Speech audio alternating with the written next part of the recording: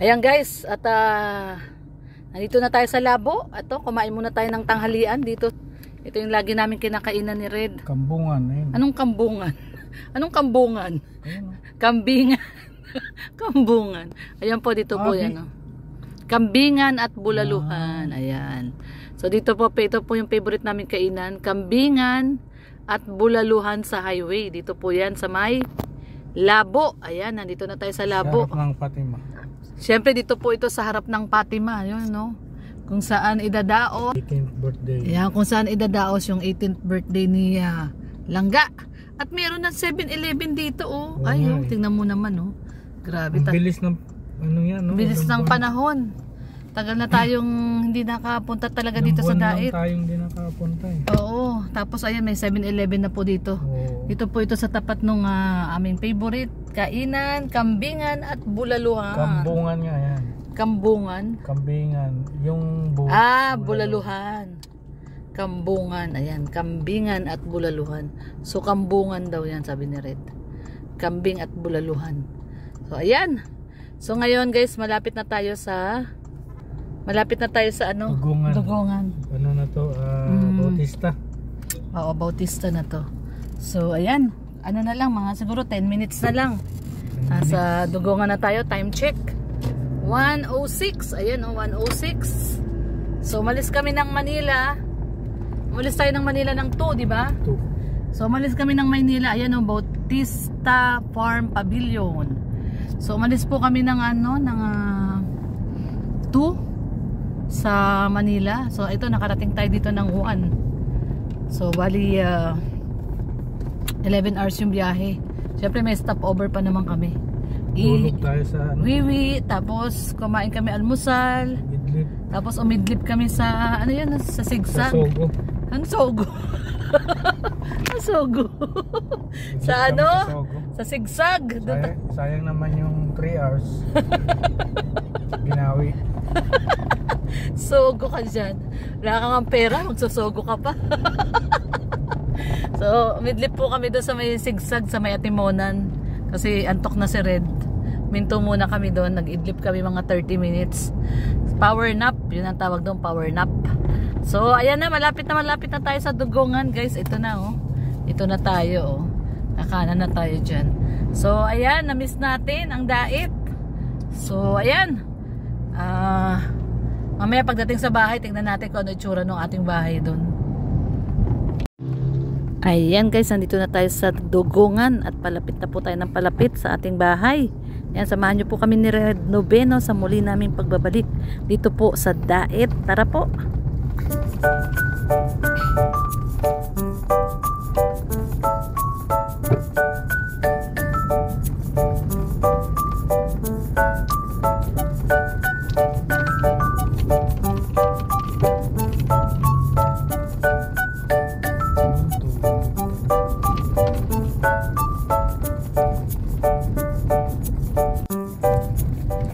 Ayan. Saan tayo? Dugongan na, Dugongan.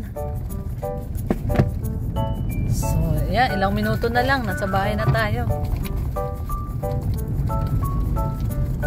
Maglilinis muna ng bahay at medyo for sure marumi yung bahay. Ilang buwan na hindi natauhan. So, ayan na guys. Nandito na tayo sa Dugongan.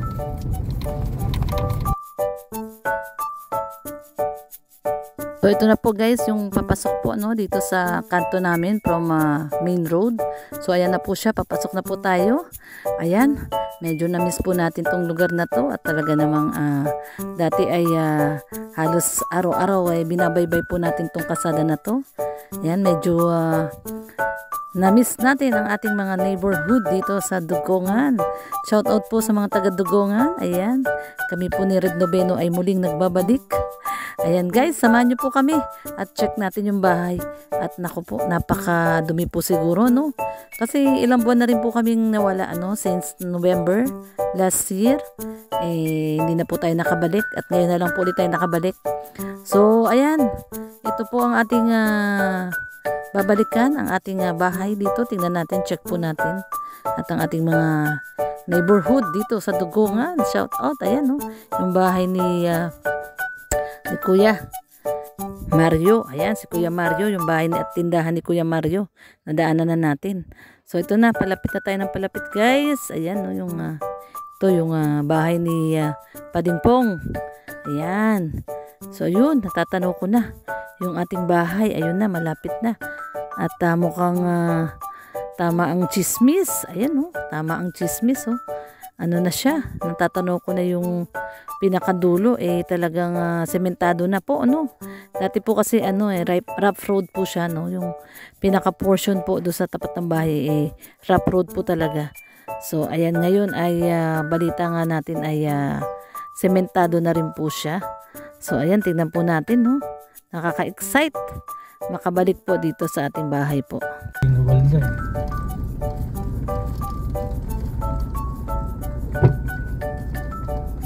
Nakapanibago. Ano? Ba? Ay, grabe. Ganda na.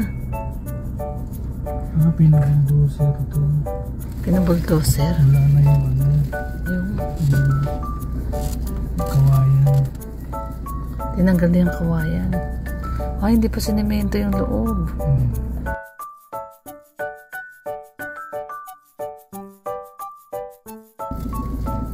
Hindi pa sinemento yung loob. Bukas yung gate ni Tita Meds.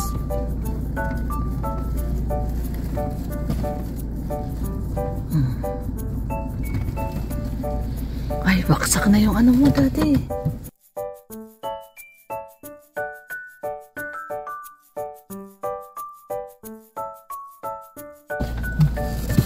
Ay, bumaksak na rin yung bakod mo. Saan? Ayun, baksak na siya. Nilab, no? Linggubat. Linggubat na.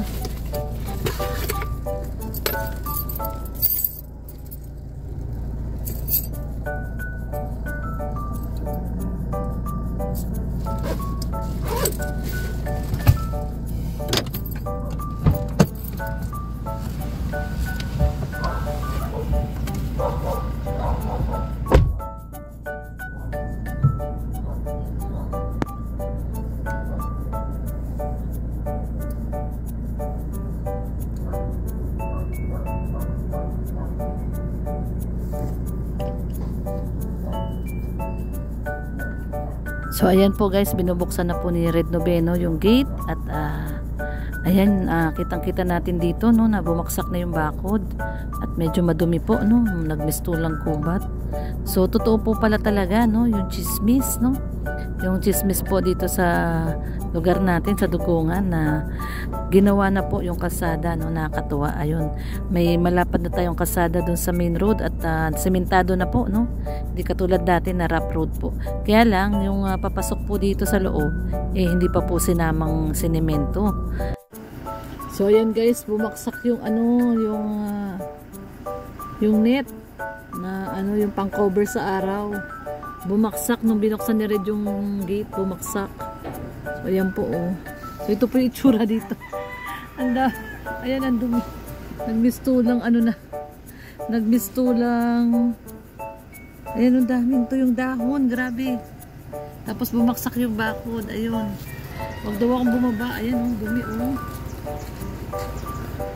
Ayaw po akong pababain ni Red at baka daw may ahas.